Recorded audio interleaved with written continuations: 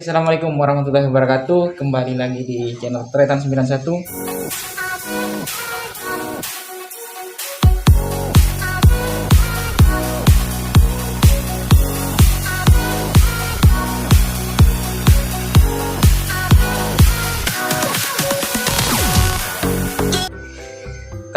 Konten kali ini saya bersama dengan Mbak Ika, salah satu empu di Sumeneb yang menciptakan sebuah benda pusaka dari dulu ya, namanya keris. Yang bernama keris ini beliau mendalami keris mungkin sejak lama ya Pak?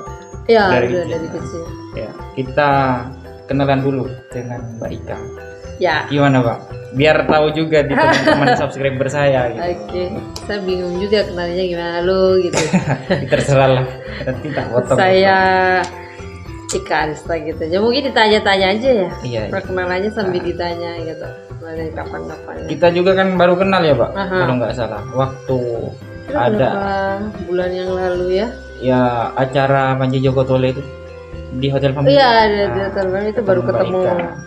Nanti saya mungkin akan silaturahmi ke ketuanya Panji Joko Tole. Boleh. Mas Anwar ya. Karena beliau yang mengenalkan. Oke, kita tanya-tanya dulu tentang apa itu sih keris itu, Pak? Menurut sampean? Menurut Mbak Ika nih. Terus saya pribadi ya, Iya. mungkin akan berbeda orang juga akan Berbeda pendapat. beda jawaban gitu Iya. artinya berbeda pengalaman hidup gitu. Tapi sepanjang saya mempelajari benda ini, terus kemudian bertemu dengan beberapa orang, terus kemudian membaca beberapa kisah-kisah juga gitu tentang keris, saya punya pemikiran bahwa keris ini adalah teman hidup. Sebagai teman. Iya, harusnya sebagai teman hidup. Keris itu ya sebagai teman hidup gitu yang nanti akhirnya di dalamnya ada simbol-simbol yang melambangkan itu sebenarnya bagian dari diri kita. Di setiap pembuatannya berarti ada filosofisnya tersendiri. Pasti gitu, dan setiap doa-doa yang diucapkan pun itu berhubungan dengan ya diri kita manusia gitu. Nah, tapi begitu sih setahu saya. Kalau Mbak Ika sendiri ini yang mengenal keris ini dari sejak usia berapa? Yang bisa menciptakan? Oh, kalau aku berangkatnya dari ini ya, Merangi. Merangi itu istilah untuk seseorang yang hanya bikin sarung kerisnya. Rangkanya saja. Rangkanya saja. Kayak gini ya Pak? Betul. Oh, jadi dulunya cuma buat ini. Dan itu pun sarung tombak waktu itu. Jadi dulu waktu itu hanya itu. Jadi kita masih manual, belum ada gerinda, belum ada bor gitu, itu belum ada. Tahun berapa itu?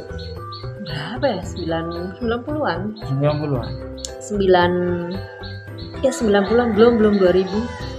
99. Sudah 2000 ya. Pokoknya waktu itu masih kita belum ada bor, belum ada apapun gitu. Jadi yang di kepala kita, kalau sekarang kan misalnya bikin keris A, keris B gitu, itu dia ngeliat fotonya, kita udah punya imajinasi nih di kepala, akan buat seperti ini gitu. Tapi kalau zaman dulu kan nggak ada foto, nggak ada apapun. Jadi kita itu budaya begini, kita belajar sama yang paham. Oh, jadi langsung menimbal gitu. Jadi langgamnya seperti ini ya, ada cerita, terus kemudian mungkin ada barang orang yang kita bisa lihat terus kita gambar gitu, mungkin hanya sebatas gambar. Jadi kreasi langsung dari orang. Iya, dan itu butuh imajinasi, daya ingat yang kuat gitu. Itu tuh harus gitu karena nggak ada ini ya. Kalau sekarang kan langsung HP ya. Oh, kita bisa print gambar, kurang miring nih gitu. Sama semua kayak. Sama akhirnya.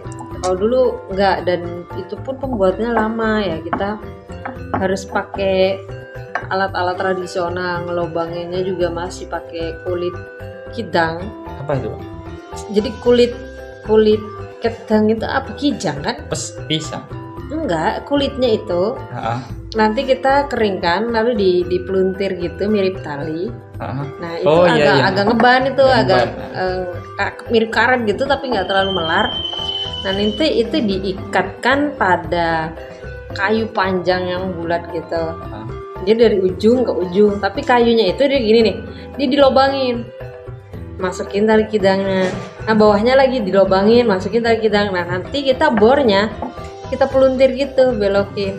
Jadi ditarik gitu. Rumit juga Itu berarti, sampai wah dulu itu dapat satu Pak. susah. Berapa hari kira-kira Pak? Kalau dulu Mungkin 2 hari deh. 2 hari. Kalau sekarang 1 hari selesai. 1 hari selesai. Nggak nyampe 1 hari kadang. Tapi ya itu susahnya bukan cepat karena ininya sih, bukan karena cepat karena alatnya, tapi Kan ya. kumpulin ingatannya loh. Oh ini bentuknya seperti ini, kayaknya kurang miring. Jadi dulu cuman Manual. ngandelin feeling. Oh, jadi ingatan itu harus kuat kalau dulu. Harus. Wah nggak ngerti nih kalau ini gitu. Makanya orang dulu beda keahlian jatuhnya. Yang ukir hanya ukir gitu, yang keris hanya keris. Terus kenapa kok sampai bisa buat apa ya Pak? Bilahnya gitu? Gimana ceritanya? Gitu. Oh dulu buat bilah itu karena ini sudah kuliah. Oh sudah kuliah. Udah kuliah, sudah ada gerinda gitu. Jadi coba-coba sih, walaupun sebenarnya awalnya kan saya ada jeda tuh, berhenti bekerja karena masuk pesantren gitu. Oh. Jadi ada jeda, tiba-tiba masuk terjun lagi di dunia keris itu langsung ada alat. Udah. Gelagapan dong kita. Di gitu. mana itu Pak? Di sini tetap. Oh. Maksudnya waktu itu langsung ada bor gitu kan. Oh sebelumnya waktu mondok atau kuliah itu Sebelum nggak ada? pesantren itu nggak ada. Oh, nggak ada. Saya jadi kerjanya manual. Iya. Tiba-tiba lulus pesantren, terjun di dunia keris lagi, kaget. Udah ada gerinda, udah ada bor gitu. Ini pakainya gimana gitu. Akhirnya nyuruh bapak dulu diborin gitu. Oh nyoba. Diborin dulu. Oh ternyata basicnya memang harus kuat di tangan ya gitu, karena dia pasti getar. Iya. Pegang Kalau bor itu. Pegang gerinda pun kita kan serem ya, takut muter ke tangan Iya. gitu. Apalagi. Agak ke belakang jatuhnya, kayak berat depan gitu, nggak enak. Tapi akhirnya emang terbiasa sih, harus terbiasa. Walaupun di sekitar sini masih ada yang masih pakai manual, nggak pakai bor, takut. Oh karena apa Pak kendalanya itu? Takut, paranoid saja gitu, pakai alat itu gitu. Dan mereka tetap pilih manual sampai sekarang. Kalau pesanan dari orang-orang sendiri paling jauh dari mana Pak? Aku pernah Belgia sih kayaknya. Sampai ke Belgia. Belgia pernah. Kan ya Pak. Bedanya dengan yang apa ya? Kayak tombak yang lainnya, ciri-ciri khas sendiri. Soalnya ada yang menanyakan keris itu kan sama aja katanya. Bedanya dengan keris Jawa itu apa katanya? Oh itu ya orang awam ngelihatnya mungkin bentuknya ya Sama. ya aja. sama secara apa ya, secara kasarnya, secara sederhananya gitu aja. Walaupun sebenarnya yang membedakan itu banyak kalau kita lebih detail lagi gitu. Kayak misalkan mana ya yang lurus ketemu lurus gitu. Nah ini. Nah ini kan sama toh, orang juga ngelihatnya bentuknya keris gitu. Lurus sama juga itu lurus gitu. Tapi ini kan punya gande, namanya bagian depan yang lebih tinggi. Oh lebih tinggi ya Pak? Iya. Kalau ciri ini khasnya. ciri khas apa? Ini kebulajar Jawa. Jawa. Iya, kebulajar. Jadi ini namanya ricikan. Jadi detail pada keris itu namanya ricikan. Jadi bagiannya seperti apa, ujung bagian sini harus gimana, condongnya harus seperti apa, itu tuh harus gitu. Belum lagi coraknya, pamornya gitu. Kalau pamor Madura itu biasanya kan lebih terang gitu, Lebih pekat gitu. lebih cerah justru. Dari pamor Jawa. Iya, lebih cerah, terus kemudian lebih tebal begitu. Bagian pamornya ya kita ngomonginnya gitu, bukan bilahnya, tapi lipatan pamornya yang lebih tebal. Jadi itu sebenarnya kalau kita rinci lebih dalam, ricikan itu akhirnya menghadirkan dapur keris yang banyak banget. Kalau yang ciri khas Madura yang mana Pak? Ciri khas Madura itu banyak ya.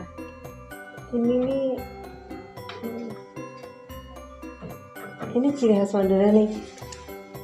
Oh jangan, jangan. Yang lain. Jangan.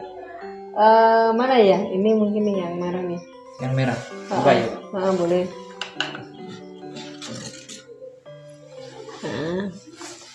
Nah ini juga apa ya, kuno ya. Ini memang pusaka lama. Jadi, nah dia biasanya punya corak yang putihnya lebih tebal. Iya, lebih terang gitu. Itu biasanya ciri-ciri khas Madura. pamor Madura. Dari Bangkalan sampai Sumenep. Gitu. Ini biasanya kalau berkenaan dengan bukan pamor miring. Nah, ini kan bukan pamor miring. Yang pamor miring itu pamor yang di tempaannya itu sudah didesain lah. Akan miring. Terbentuk sendiri. Iya. Dibentuk. Kalau yang ini? Enggak. Jadi ini hanya pure lipatan pamor. Kalau kita berbicara tentang jenis pamor yang di luar pamor miring gitu, ciri-cirinya kalau pamor-pamor Madura itu biasanya memang lebih putihnya lebih tebal dan lebih terang gitu. Lebih kelihatan gitu. Ya. Kalau ininya apa namanya ini tadi? Mana yang ininya? Yang lebih panjang gitu. Gande. Gandenya. Gandenya sama. Cuman memang berada di perbedaannya itu mungkin di bagian gonjo juga gitu. Bagian gonjo itu biasanya kalau Madura itu cenderung lurus. Kalau Jawa dari tengah agak ke bawah turun sedikit. Ya. Nah itu Jawa. Nah ini kan orang kalau melihat hanya kasat mata saja gitu. Sama semuanya. Iya. Nah beda lagi kalau kita ngomongin keris Melayu. Itu keris Melayu. Ini keris Melayu. Biasanya, nah kalau keris Melayu dari tengah dia naik ke atas. Oh iya, kalau Jawa dia agak turun ke bawah. Tapi Madura tuh biasanya lurus. Kalau ini Jawa ya, Pak? Itu Jawa. Bagian gonjonya pasti turun sedikit. Oh iya. Gitu ya. Jadi agak tahu sedikit lah ciri-ciri. Nah, itu. Biar jadi pengetahuan buat kita semua maksudnya. Harus. Yang baru belajar, saya juga kan baru belajar ya, Pak. Betul. Tahu gitu. Kita mungkin lain waktu bincang dengan filosofisnya teman-teman. Karena aduh, kacau. Banyak kan ya, Pak? Masih dipelajari. Banyak. Ini masih awal ya. Kalau yang ngomongin bentuk aja kita ada ratusan bentuk ya. Ratusan bentuk. Karena ngomongin pusaka ini menarik, Pak. Dengan sejarah-sejarahnya itu. Nah, itu yang menarik. Apalagi leluhur khususnya di Kabupaten Sumenep kan banyak itu, Pak. Yang perlu kita bahas. Mungkin ada sepatah dua kata pesan kesan khususnya anak-anak sekarang, anak muda, apalagi generasi milenial, khususnya mungkin cewek itu kan terkadang parnoid dengan ini apa sih kok kayak mistis-mistis gitu, dikira dukun punya keris biasanya. Mungkin gimana, Pak? Mungkin ada pesan-kesan yang bisa disampaikan. Berhentilah berpikir bahwa keris hanya tentang mistis ya, gitu. Ya mainnya kurang jauh berarti.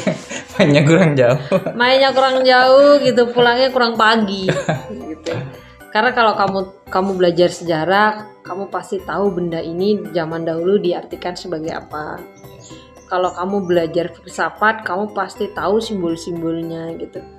Artinya kalau kamu belajar seni, kamu tentu tahu langgam bentuk dan lain-lain itu lebih ke arah mana gitu. Dan kalau kamu belajar tentang agama, Al-Quran juga menjelaskan bahwa besi itu punya banyak sekali manfaat di surat Al-Hadid.